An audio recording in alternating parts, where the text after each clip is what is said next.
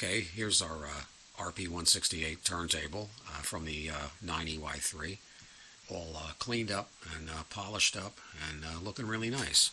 You'll notice when you clean these up that this inner surface here has fine imperfections in it. It's because when they made the casting mold for these turntables that they didn't put a mirror finish on this. It wasn't never intended to be. It was always going to have a matte on it. So they didn't put there. You'll see fine little pock marks and so forth throughout here. But they actually look good enough to leave them without the matte, I think, if you want that real extra gold look. But anyway, the purpose of this is the alignment of the separators here. You'll notice that there's a leading edge right here, this little the point, that's the leading edge. That has to be the exact distance when you reassemble this to this one. And if you're a little bit out, if you're off by one tooth on either one or the other, one will start coming out before the other one comes out. It'll make the records drop crooked. So you just have to, it's trial and error. And you can see, I'm going to try to do this without screwing up anything. It's important not to push up on the stem, that bottom stem right there.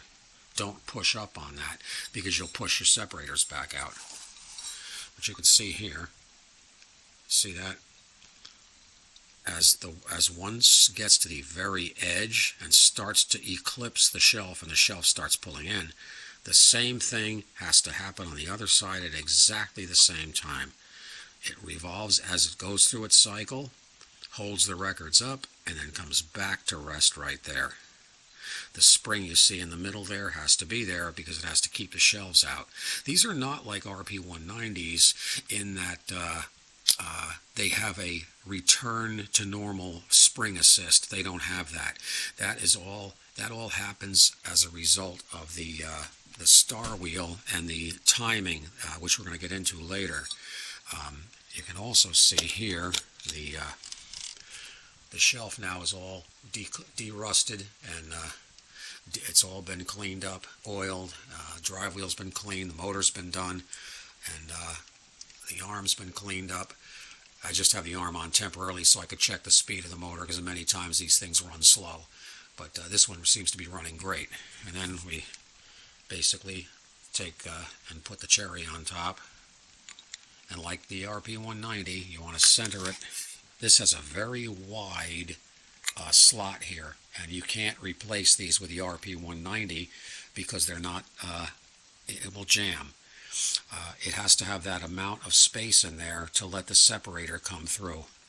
And you just simply turn it upside down and drop the two screws and way down in there, and you'll see the empty holes way down. That's where the two long screws here drop down, and don't over tighten it. You'll break the top cap, and these are in very short supply because a lot of them got broken. They're a vulnerable part. So we're going to put that back together, and we're going to go back into more adjustments. But anyway, that's the, oh, and this is where your two E-rings go. You'll notice that there's a notch. Let's see if I can do this one-handed. There's a notch right there on the end of the stem part, and then there's a notch right there on the main shaft.